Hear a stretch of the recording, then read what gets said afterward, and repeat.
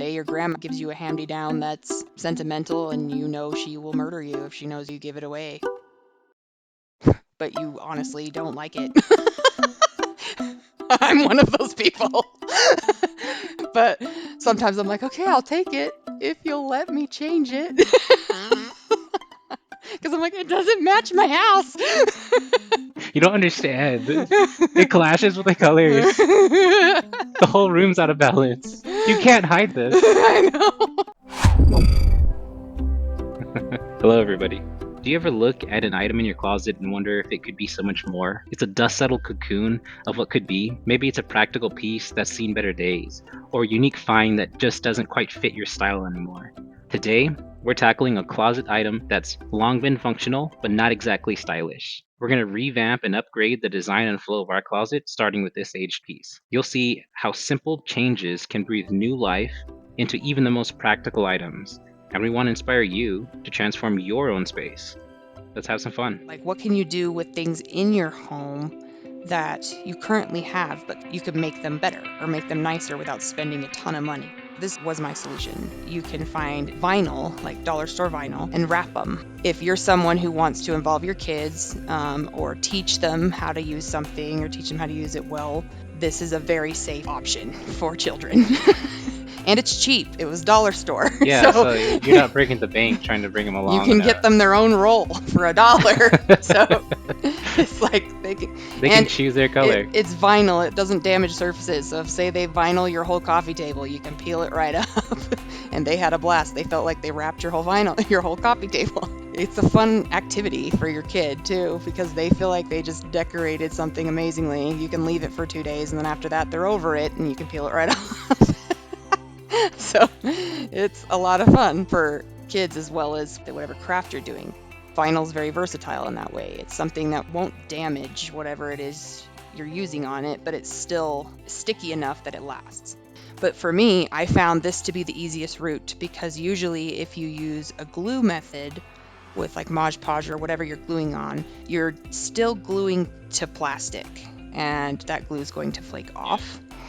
Where vinyl sticks very well to plastic, especially if you clean the surface well. If you feel like it's peeling or it's not staying, it's probably because you did not clean the surface and there's dust particles from your hands or something stuck to that surface, and that is now sticking to the vinyl, so the vinyl's not sticking to the plastic. What'd you use to clean these? I just used a normal house cleaner, all-purpose cleaner, and you just want to make sure you wipe it good and you let it dry.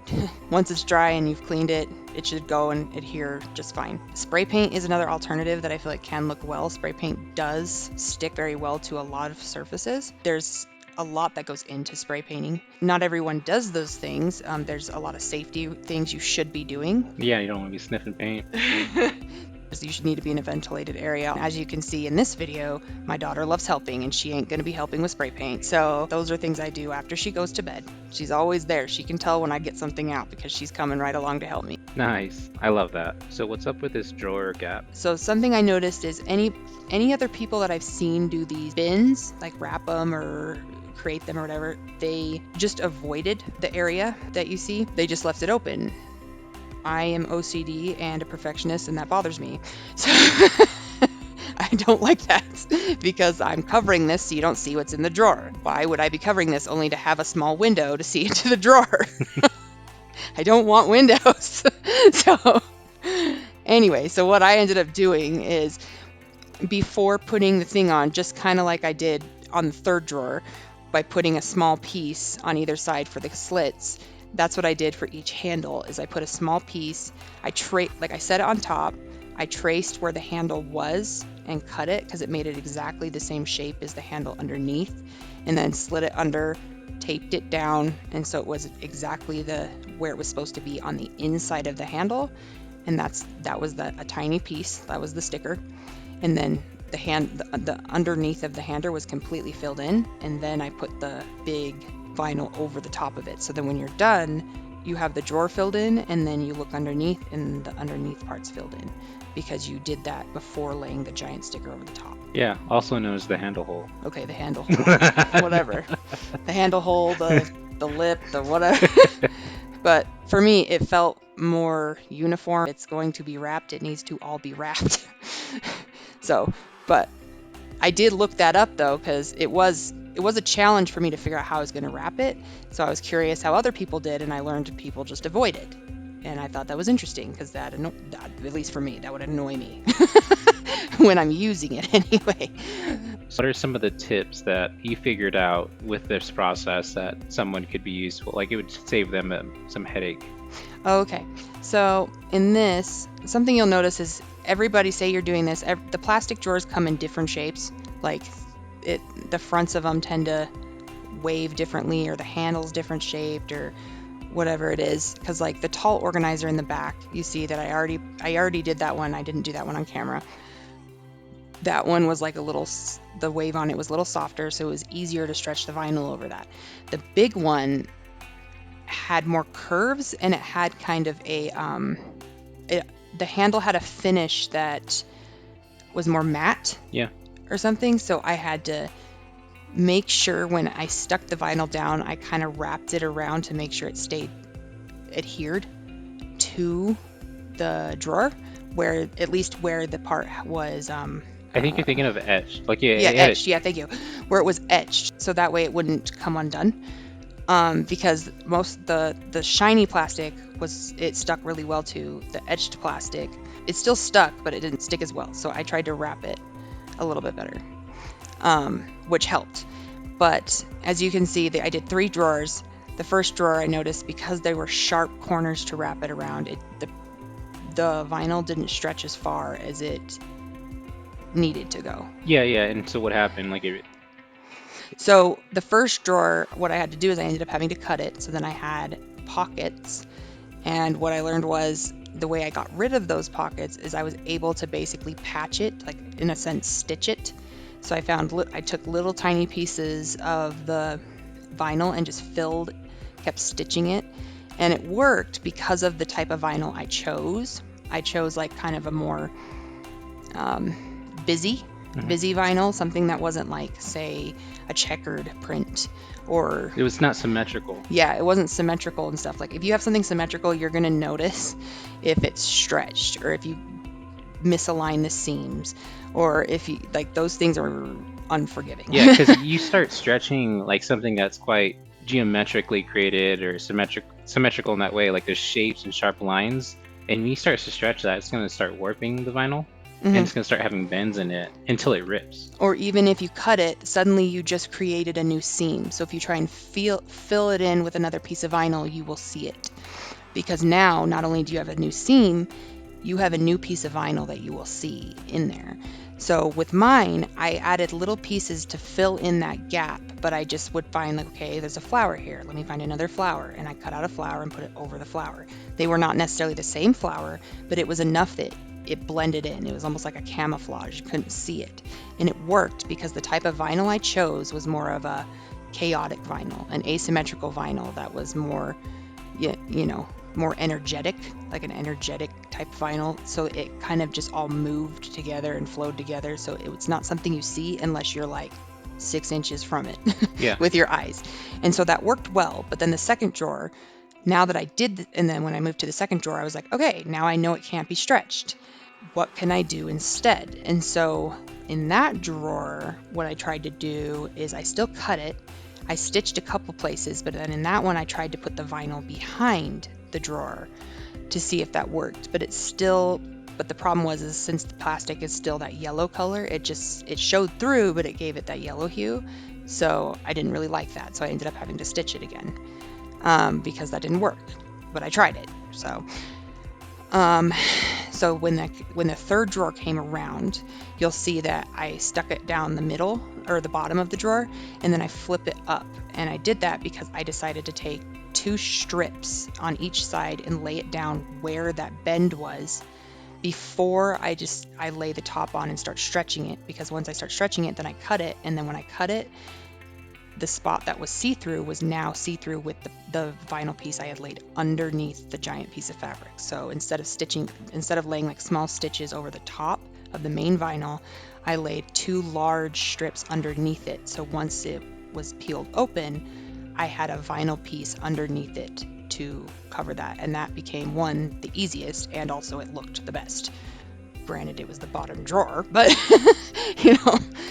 But by then, like, I figured it out at least.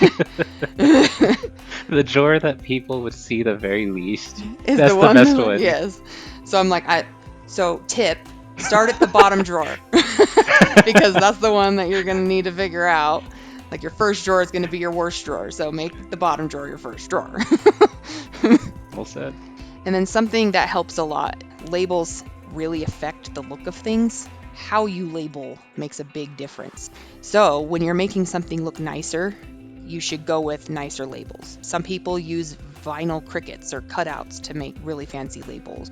Some people will write it out, which is what I'm doing right here. I found actual cutout tags and then just wrote it out nicely. Some people will print out and then just cut them nicely, laminate them, or even just stick the paper on. Those are ways to make nicer labels, and it will actually make the look of whatever you're doing appear 1,000 times better. If you do all this work to your thing and then just slap on a tacky label, it's gonna be an eyesore.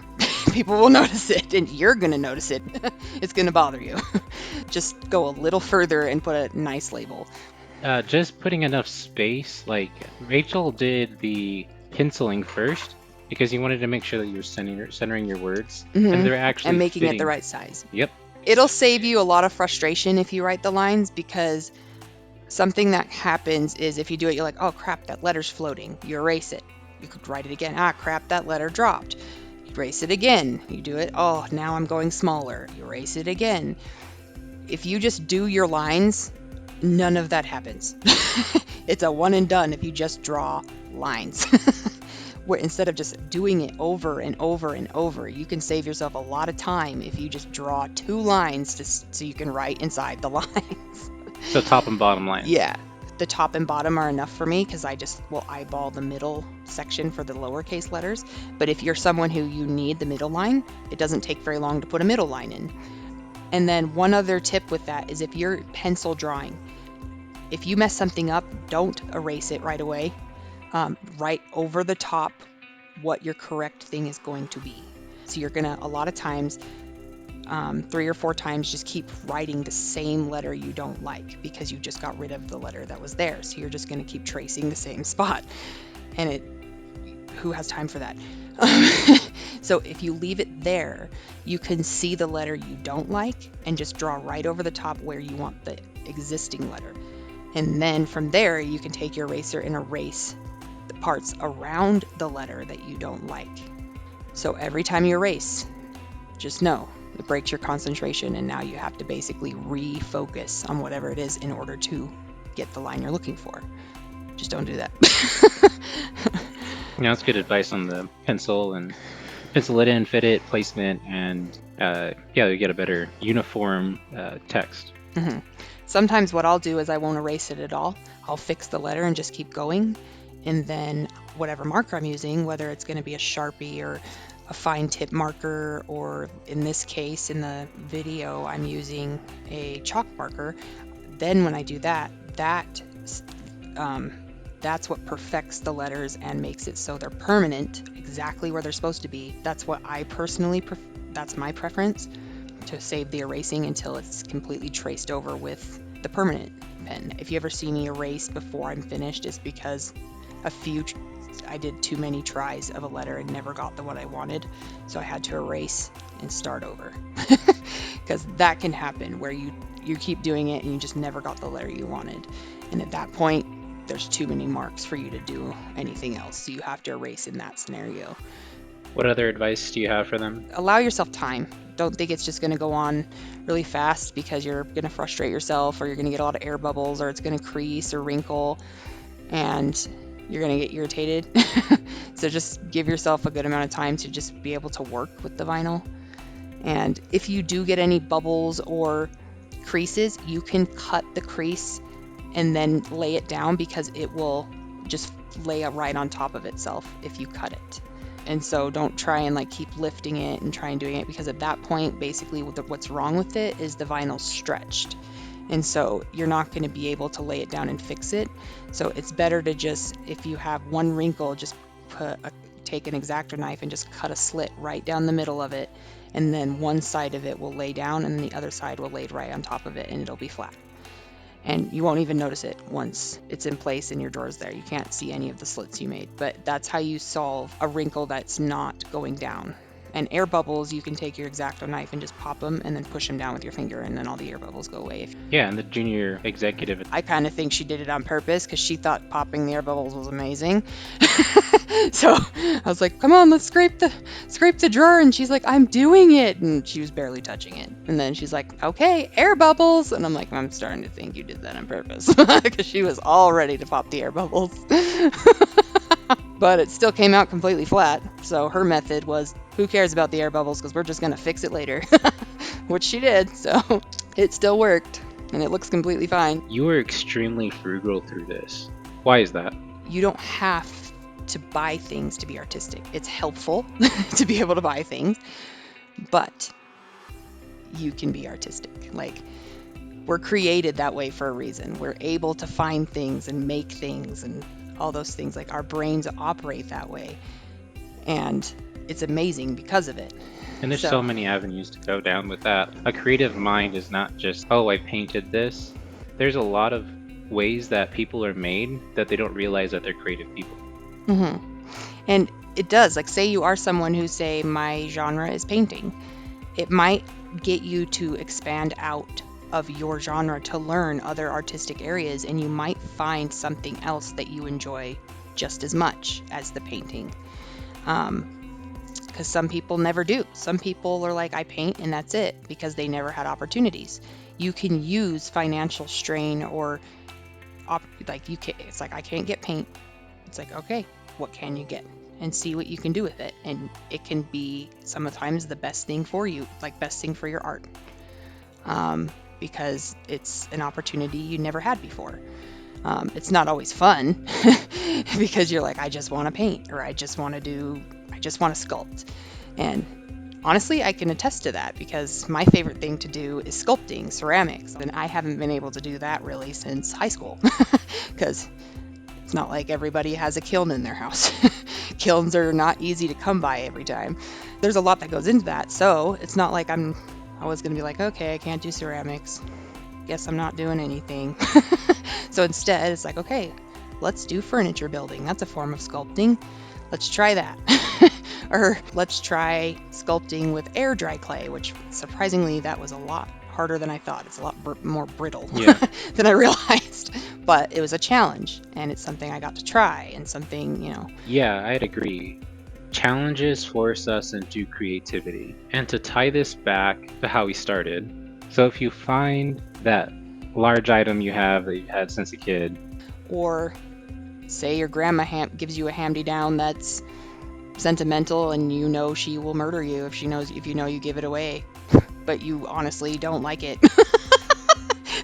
I'm one of those people. But sometimes I'm like, okay, I'll take it if you'll let me change it. Because I'm like, it doesn't match my house. You don't understand. It clashes with the colors. The whole room's out of balance. You can't hide this. I know. So I'm like, sometimes you get handed something and you're like, sentimental, it's an heirloom.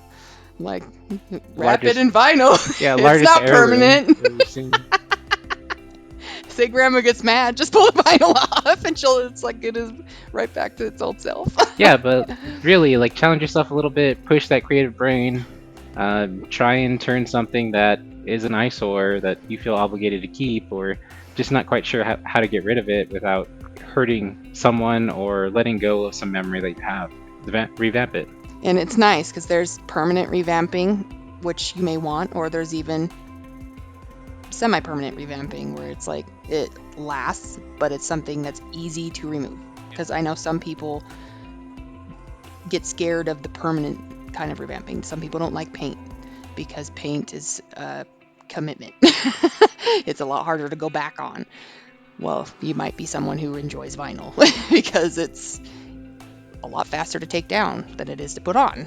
So if you don't like the commitment, well, just rip it right off and it's right back to where you started. So you might enjoy that. So use opportunities to stretch your creative brain in a sense. It can be fun. that was this project. I like how it came out. It came out better than I was originally expecting too, because I thought I didn't realize it would stick as well as it did. So it looks a lot more uniform with the plastic than I realized it would. So I was happy with that. That worked out pretty well. All right. Thanks for watching. Love you all. God bless. This is John and Rachel. Signing off.